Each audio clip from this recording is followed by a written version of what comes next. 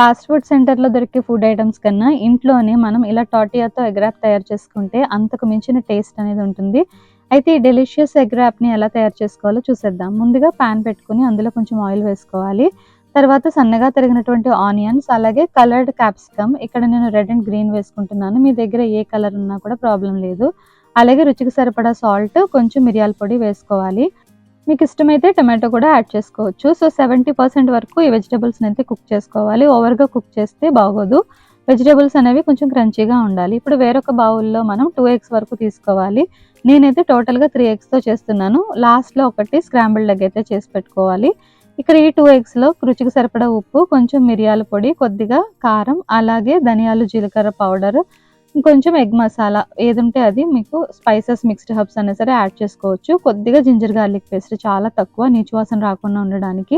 ఇవన్నీ వేసుకొని మన ఆమ్లెట్ మిక్స్చర్ రెడీ పెట్టుకోవాలి. ఈ హోమ్‌మేడ్ మయోనీస్ అనేది నేను రెసిపీని ట్యాగ్ చేస్తాను. సో, మీరు కింద లింక్‌ని క్లిక్ చేసి రెసిపీ ఎలా తయారు చేశానో చూడండి. తర్వాత ఇది కొంచెం 2 టేబుల్ స్పూన్స్ వరకు మనం కుక్ చేసినటువంటి వెజ్జెస్‌ని కలుపుకుంటే టేస్ట్ అనేది బావుంటుంది. ఇక్కడ చైవ్స్ యాడ్ చేస్తున్నాను. ఒకవేళ చైవ్స్ గనక లేకపోతే మీ దగ్గర స్ప్రింగ్ ఆనియన్స్ అని యాడ్ చేసుకోవచ్చు. ఇప్పుడు పాన్‌లో మనం కొంచెం బటర్ యాడ్ చేసుకొని తయారు చేసుకున్నటువంటి ఎగ్ మిక్స్చర్ ఏదైతే ఉందో దాన్ని ఆమ్లెట్ లాగా వేసుకోవాలి. పైన టాపింగ్‌గా కొంచెం చీజ్, అది ఏ చీజ్ అయినా పర్వాలేదు.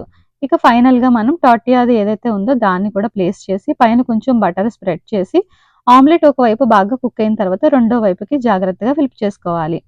ఫ్లిప్ చేసుకున్నటువంటి ఈ ఆమ్లెట్‌ను పైన మనం నచ్చితే టొమాటో కెచప్, ఇది ఆప్షనల్ మాత్రమే.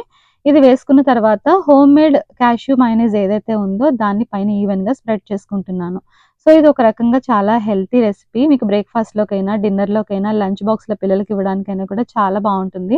సో, మనం ప్రిపేర్ చేసుకున్నటువంటి వెజ్జెస్‌ని కూడా మనం మధ్యలో వాటి సెంటర్‌ని ప్లేస్ చేసుకొని కొంచెం స్క్రాంబుల్డ్ ఎగ్ అయితే నేను వేస్తున్నాను. మీకు ఒకవేళ నచ్చితే కుక్ చేసినటువంటి చికెన్ గానీ, లేదా పన్నీర్ గానీ కూడా వేసుకోవచ్చు. అప్పుడు ఇంకా మరింత ప్రోటీన్ రిచ్‌గా ఉంటుంది.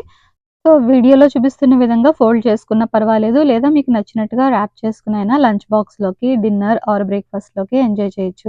పిల్లలైతే చాలా ఇష్టంగా తింటారు. ఈ టేస్టీ ఎగ్ ర్యాప్ మీకు నచ్చిందనుకుంటున్నాను.